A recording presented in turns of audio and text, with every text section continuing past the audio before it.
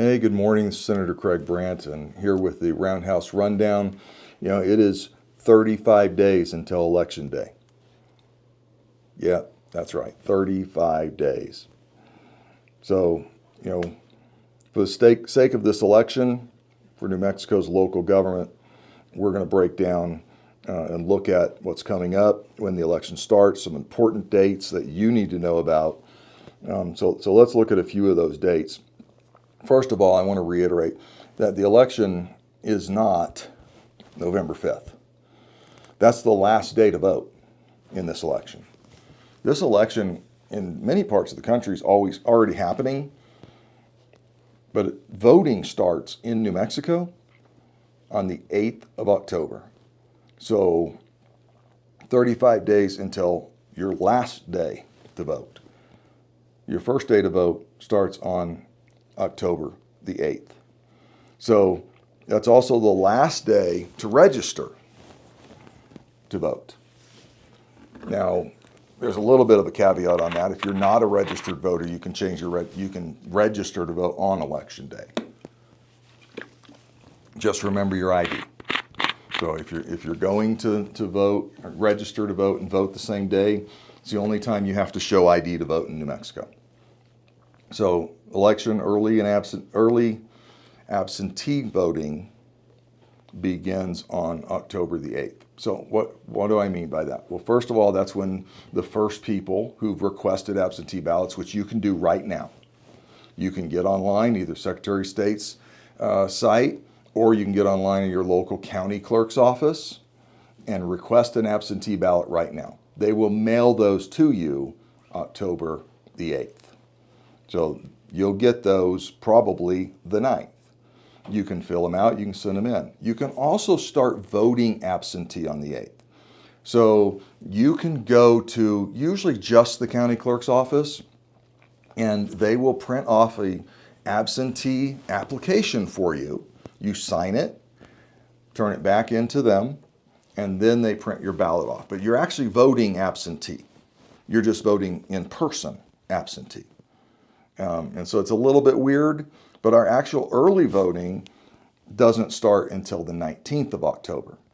So that's when they expand all the locations and you have all those convenience centers all over your area, and you just choose which one you want to vote in. It has to be in the same county you reside. You can't go vote in another county, but you choose what voting location you want to go to. You go in, you give them your name, you give them your address and your date of birth.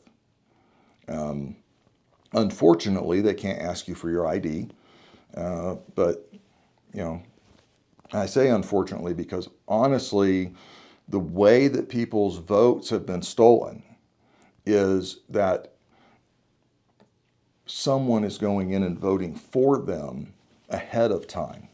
So that's why you're being encouraged this year. In fact, the Trump campaign is calling it Bank Your Vote program. And they're encouraging people, go vote early and get your vote banked. Get it in. Because what we have seen, I've had a couple of constituents who have called me in the past and said, I went to vote on Election Day, and they told me I had already voted. And one of them was like, that's impossible because I just got back in town yesterday, and I've been out of town for the last 30 days. So there's no way I could have voted early. And they said, no, you came in and voted like 2 weeks ago. They didn't let her vote because she had already cast a vote. Someone voted for her. Someone took her name and her address. Those are all public, easy to find. And it's not hard to find your date of birth. They went in, impersonated her, and voted in her place. It happens.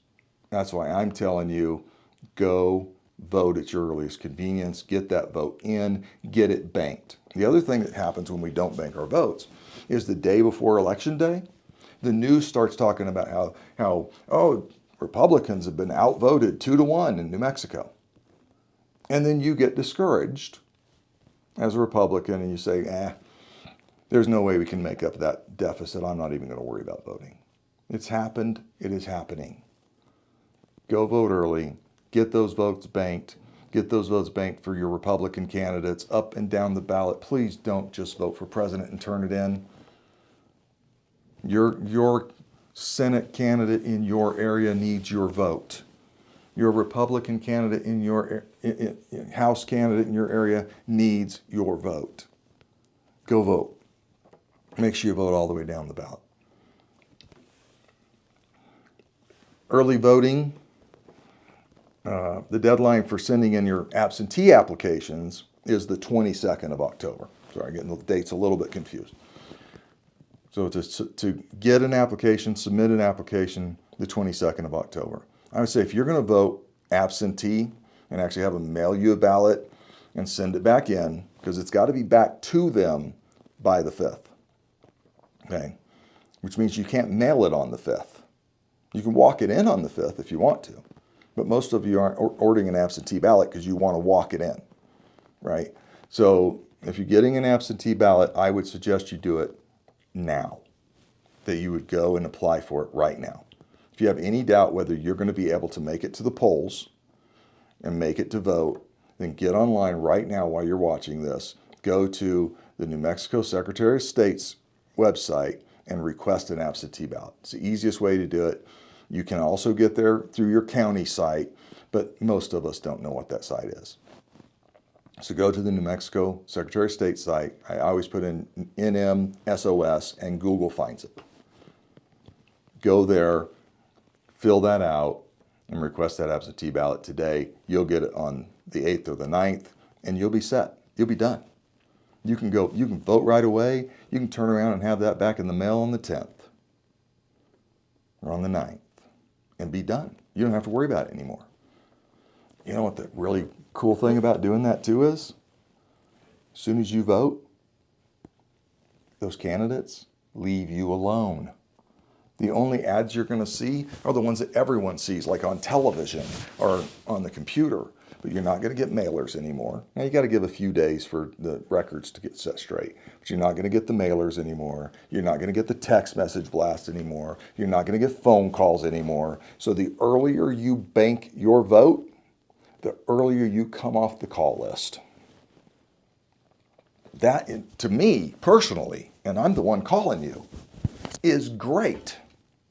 As soon as I know you've banked your vote, I don't have to waste my time or money because you're already voted.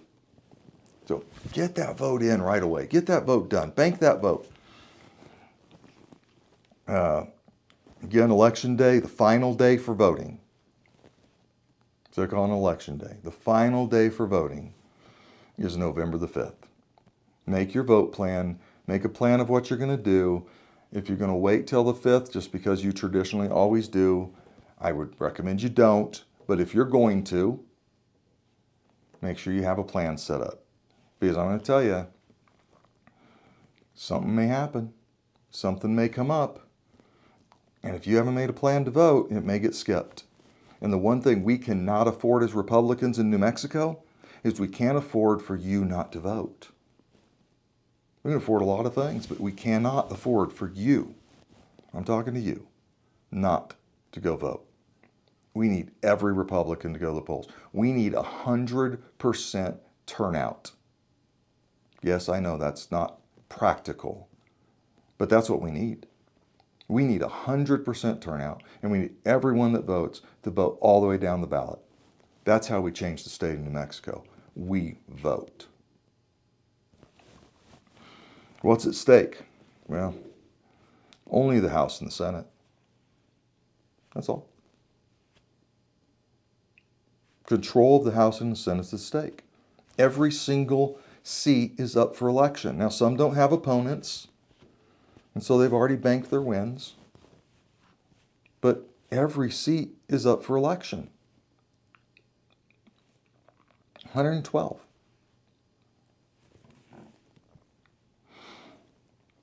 Right now, in the Senate, which is where I serve, the Democrats hold a 27 to 15 majority.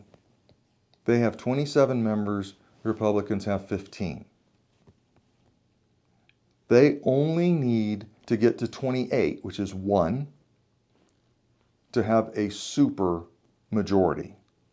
which, folks, I'll explain supermajorities to you in just a minute, but that would be the worst nightmare to ever happen to the state of New Mexico. The worst. In this House, Democrats hold control of the House 45 to 25.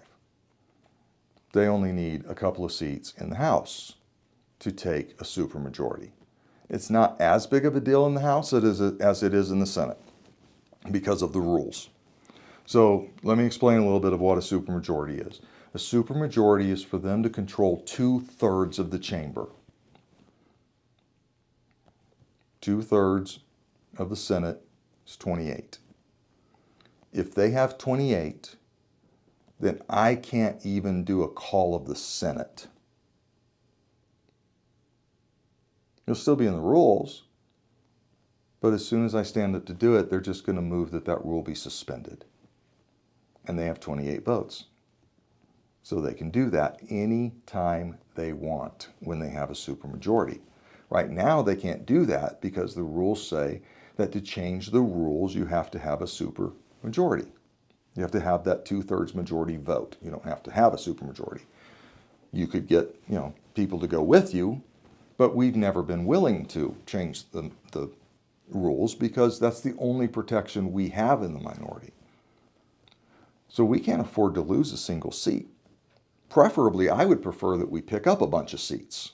So my goal is for us to win seats that we don't currently have. But we cannot afford to lose a single seat, which is why you have to vote. We can't afford for you not to. If that happens where they can change the rules at any time they want, they no longer need to work with us. They no longer need to let us speak on the floor. They can introduce a bill and close on the bill the same minute because they can change the rules anytime they want to anything they want them to be. We can't afford that as a state. We have already gone so far left as a state that we can't even be recognized. We can't afford to lose anything in this state. The only way we have stopped them from taking your guns is by the threat of a filibuster and the threat of doing a call. And why do I know that?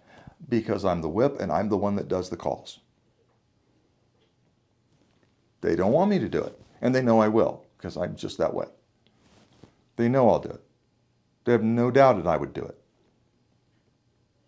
Why don't they have that doubt? Because I'm the one that has done it several times. I did the first call of the Senate that had been done in 20 years. In my second term in office. They know I have no problem doing it. They also know that I'll make them follow the Constitution and read every bill in full if I have to. Why do they know that? Because I've made them do it. They know I'm not, playing games. They know I'm not, claiming I'll do it and then I won't. That I'm bluffing. They know I don't bluff. So there's things that we can do. The problem is, if they get a supermajority, they can change all of those things and we have nothing to do about it. Like they threatened me to change the rules once. And I said, well, if you do that, when you bring the rule change, I'm going to do a call. You can't change the call with me doing a call. So I've been able to keep things up here a little bit in hand because of the ability that we have with the rules to do that. But if we lose one seat, we don't have that. But I want us to pick up 5 or 6 seats. I don't want us to even think about losing a seat. But how do we not lose any seats? You vote. How do we pick up seats? You vote. We can't do it without you. Your vote counts. Your vote matters. We need you to get to the polls.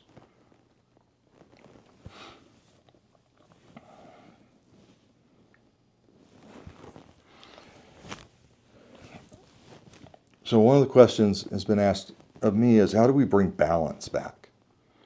Right? So we kind of had some balance 12 years ago. We had 4 or 5 conservative, I'm not even going to use the term conservative, moderate Ds that would join us on certain issues, but they also worked with us when it came to like committee assignments and things like that to make sure that we had a committee that we could send things to that we knew they would die.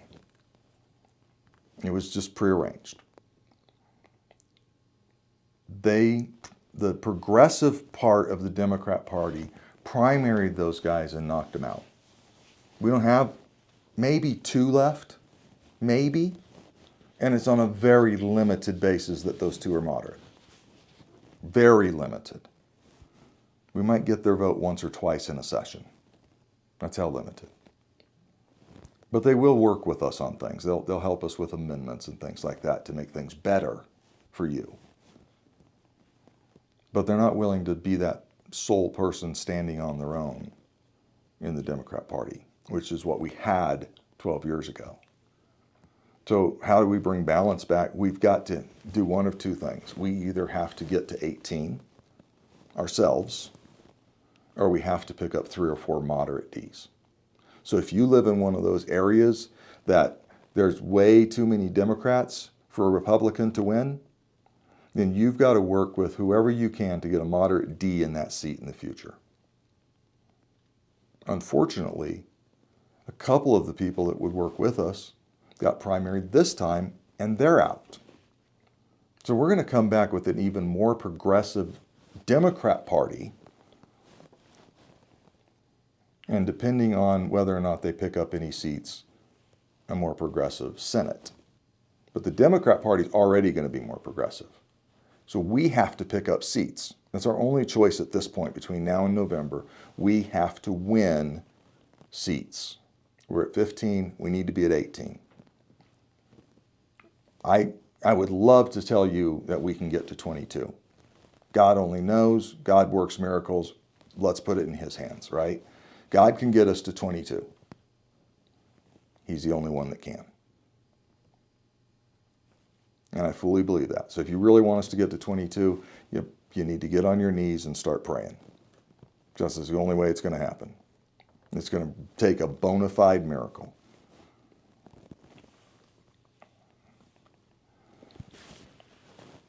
But let me tell you how big getting to 18 is.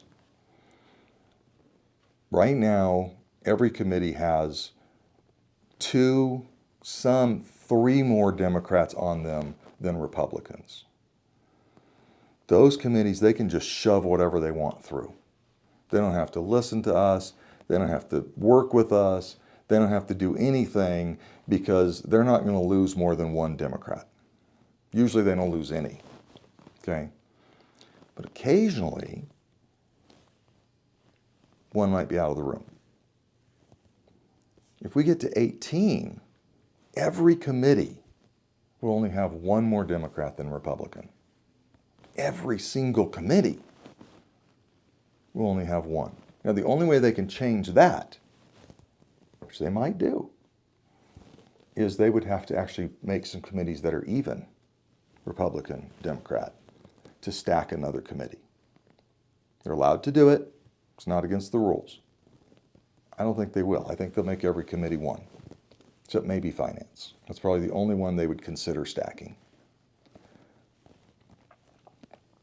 That's why it's so important for us to get to 18, because with 1, I'm just going to tell you this, and hopefully Democrat leadership doesn't listen to this.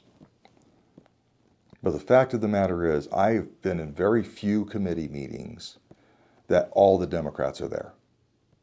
There is usually 1 missing, at least. If we only have a 1-person difference, they all have to be there all the time, or we're tied. Yeah. Now you're catching on, right? They either got to be there all the time, or we're tied. If it's a tie, they can't pass any of their garbage. Yeah, we can't pass any of the good stuff, but at least they can't continue to hurt us. Right now we're playing defense.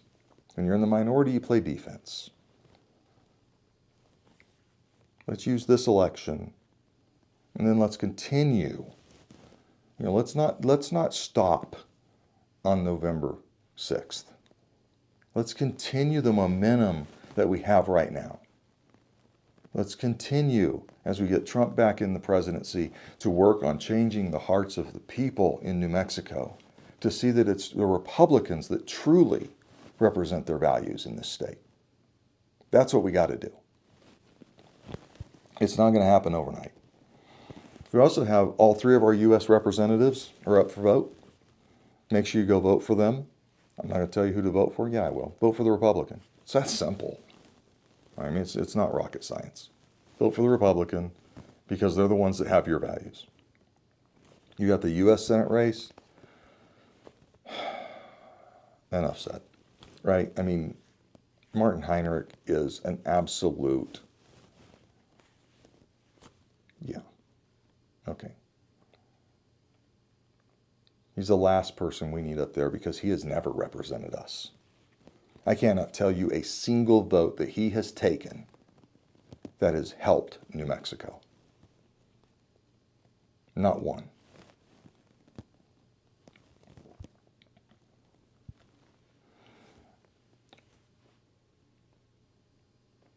If you haven't registered to vote, then go to newmexicovote.org and get registered.